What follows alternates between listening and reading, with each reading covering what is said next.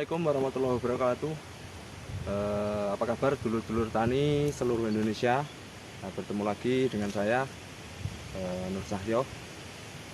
Kali ini kita akan mengadakan perbincangan atau percakapan dengan Bapak Sukairin yang memiliki kebun cabai ya. Beliau ini adalah petani yang sudah sukses, sudah berhasil bertani cabai, itu sudah lumayan. Jadi mungkin kita bisa berbagi pengalaman nanti melalui podcast kali ini ya. Mudah-mudahan kita bisa mengambil manfaat atau ilmu yang ada pada Bapak Ustadz Sukairin ini.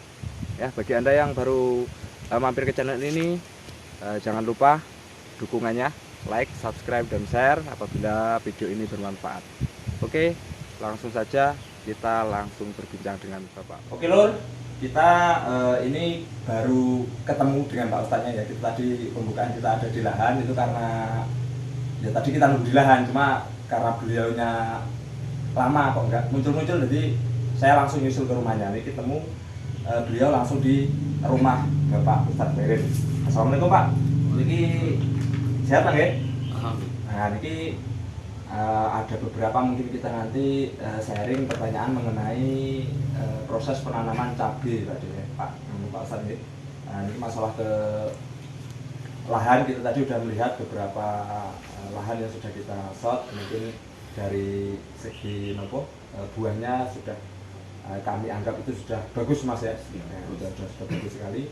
Walaupun kita ada sedikit kesalahpahaman masalah rontok daun, kita kira itu penyakit ya, ternyata memang disengaja karena faktor usia Pak. Usia juga cuaca terlalu banyak. Faktor cuaca. Nah ini pertanyaan kita pertama Pak, ini sudah berapa lama jenengan tani cabai ini Pak? Hampir 5 tahunan. Oh 5 tahun ya?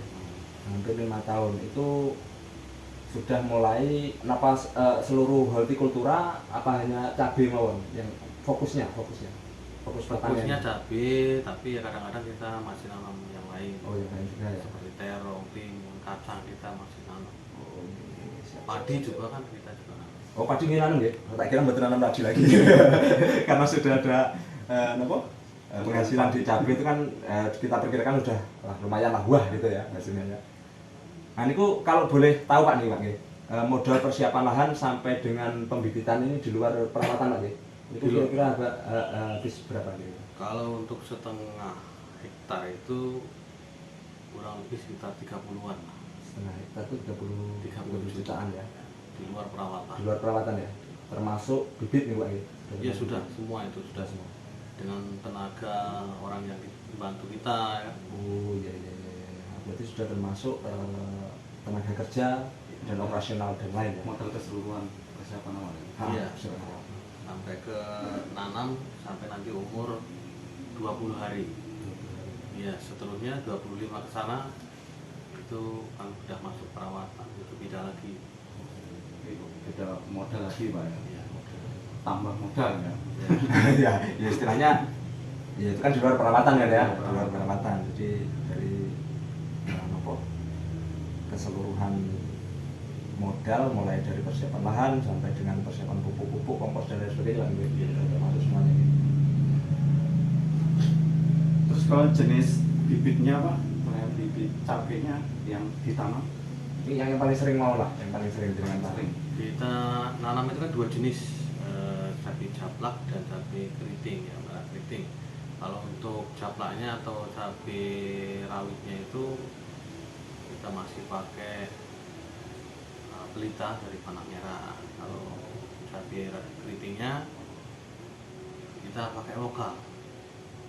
Maksudnya lokal, tapi kan kita bukan lokal sembarangan lokal, kita bikin lokal tapi kita sudah kawinkan dengan betul. Sudah lulus uji juga. Jadi bibit bobotnya masuk Pak? Ya sudah diketahui kualitasnya.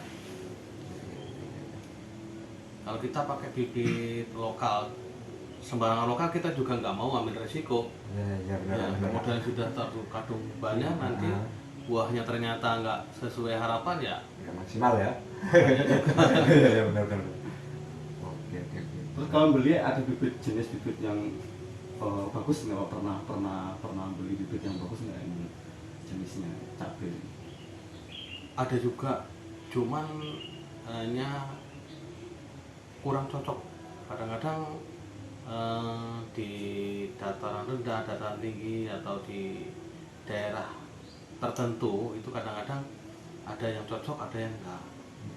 Nah, kalau yang cocok memang jenis inilah mungkin di sini. Yang di sini ya. Iya. Untuk wilayah perairan lah, terutama kita di perairan. Jadi kalau masuk lebih bagus bikin lokal aja Pak ya. Ya, cuman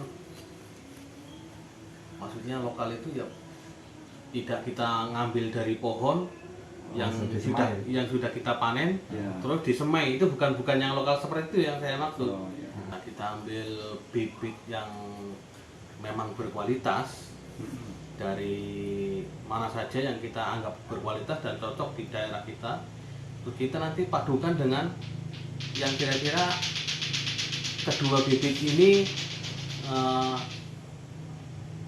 bisa menghasilkan keturunan cabai yang memang yang sesuai yang kita harapkan, supaya cocok di dataran yang kita nanam, terus juga hasilnya sesuai dengan harapan, hasilnya maksimal.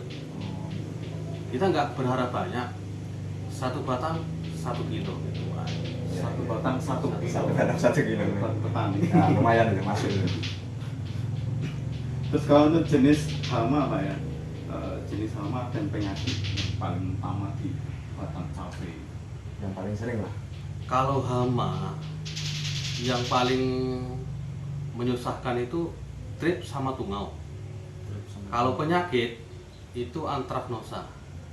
Antraknosa itu kalau di cabai namanya antraknosa, kalau di buahnya antraknosa. Kalau di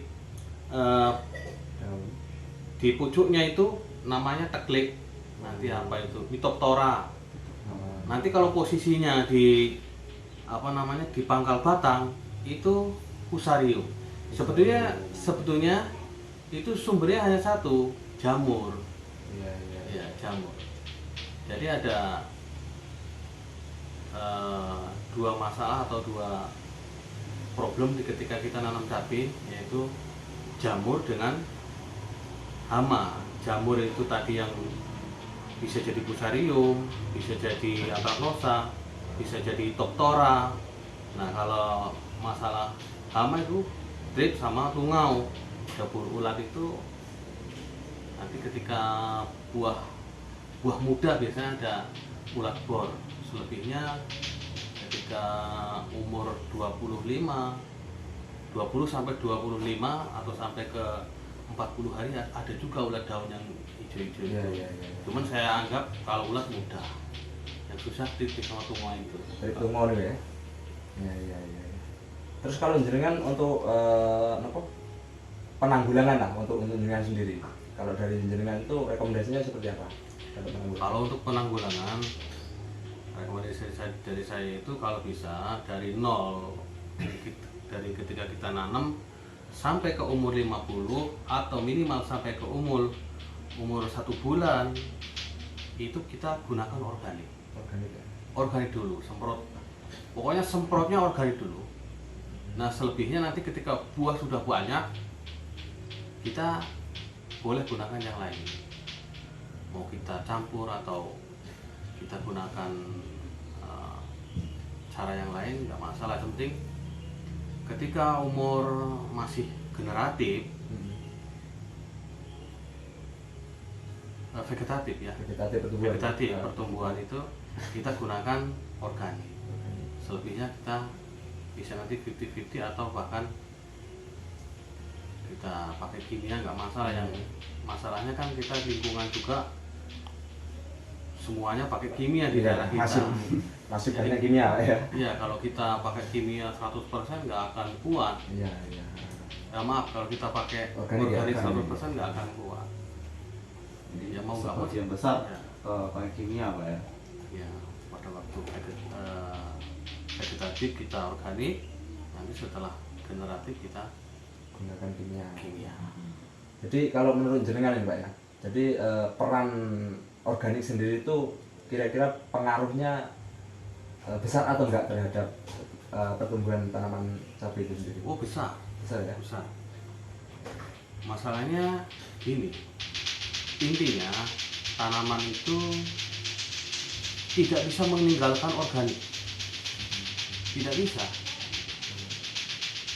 Masalahnya gini, maaf pupuk sintetis ataupun pupuk buatan itu dia tidak akan mampu dicerna oleh tanaman kalau tidak ada peran dari organik atau peran dari bakteri. Oke, itu aja Pak dulu ya. Terima kasih semua informasinya, semua ilmunya, mudah-mudahan bermanfaat bagi kawan-kawan semua. Bagi Anda yang belum baru mampir ke channel kita ya, itu bisa nanti disaksikan di mohon bantuannya di channel beliau Bapak Sukairin juga, itu ada Santri Macul Bumi. Itu mohon mampir ya, bantu like-nya, subscribe, dan kalau video ini bermanfaat silahkan di share bagi kawan-kawan. Oke, itu saja dulu. Salam petani. Assalamualaikum warahmatullahi wabarakatuh.